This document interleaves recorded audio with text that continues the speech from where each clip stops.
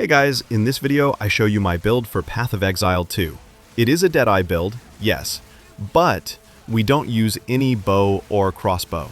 Instead, we actually wield a mace or sometimes two maces. The skill we're using is called Molten Blast and shoots out projectiles. That's why the Deadeye ascendancy for extra projectiles. After hitting something, the projectiles explode and splitter into shrapnels to hit even more monsters. Molten Blast is a fire skill, but that doesn't matter much. In the end game, we're using the quite cheap unique mace Olrovisara, which gives us extra maximum lightning damage depending on the enemy we hit. So, when we hit a unique monster, we are naturally getting more damage. For leveling, just use any hammer with high damage stats.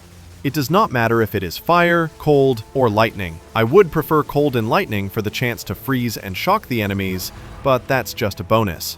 Look out for some attack speed on your weapon too, since the skill feels much better with high attack speed. You can use Molten Blast from level 14 on, and I did, and it worked fine. Remember to always buy a better mace every few levels for the best damage output.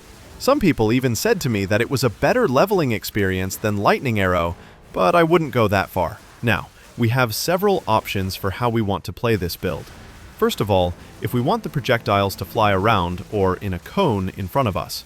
For mapping, it feels amazing with the Nova projectile support, and the less damage on this support doesn't even hurt us that much. For bosses, we should switch Nova projectiles for multi-shot, because this way, I feel the boss gets hit by more projectiles, and thus we are dealing more damage.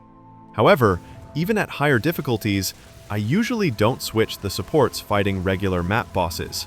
Only for Citadel bosses and so on, I change them. The second choice we have to make is if we want to use one or two maces. Because the skill doubles our projectiles if we use two maces, but we are losing quite a lot of attack speed that way. Using only one mace results in a very high attack and movement speed. I actually use weapon swap to change between one and two maces.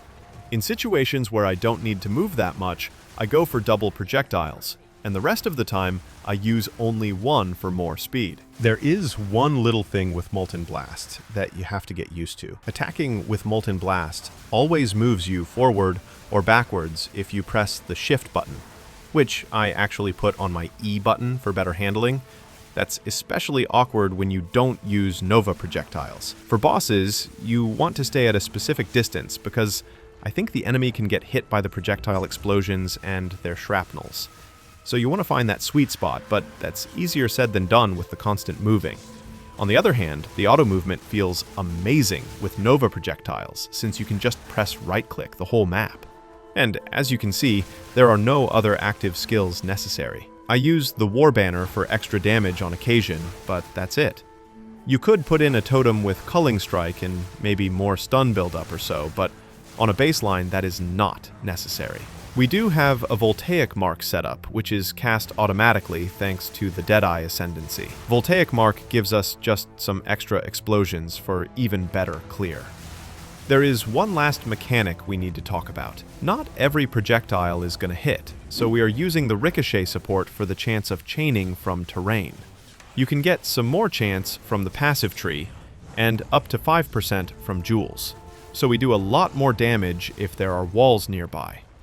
On the defense side, we rely on evasion and the new deflect rating, and some life. It works just fine, but sometimes there will be a big hit that might one-shot us. Most of the time, they come from bosses. We resolve our mana issues with the new keystone that converts physical mana leech into elemental mana leech, which is such a good thing.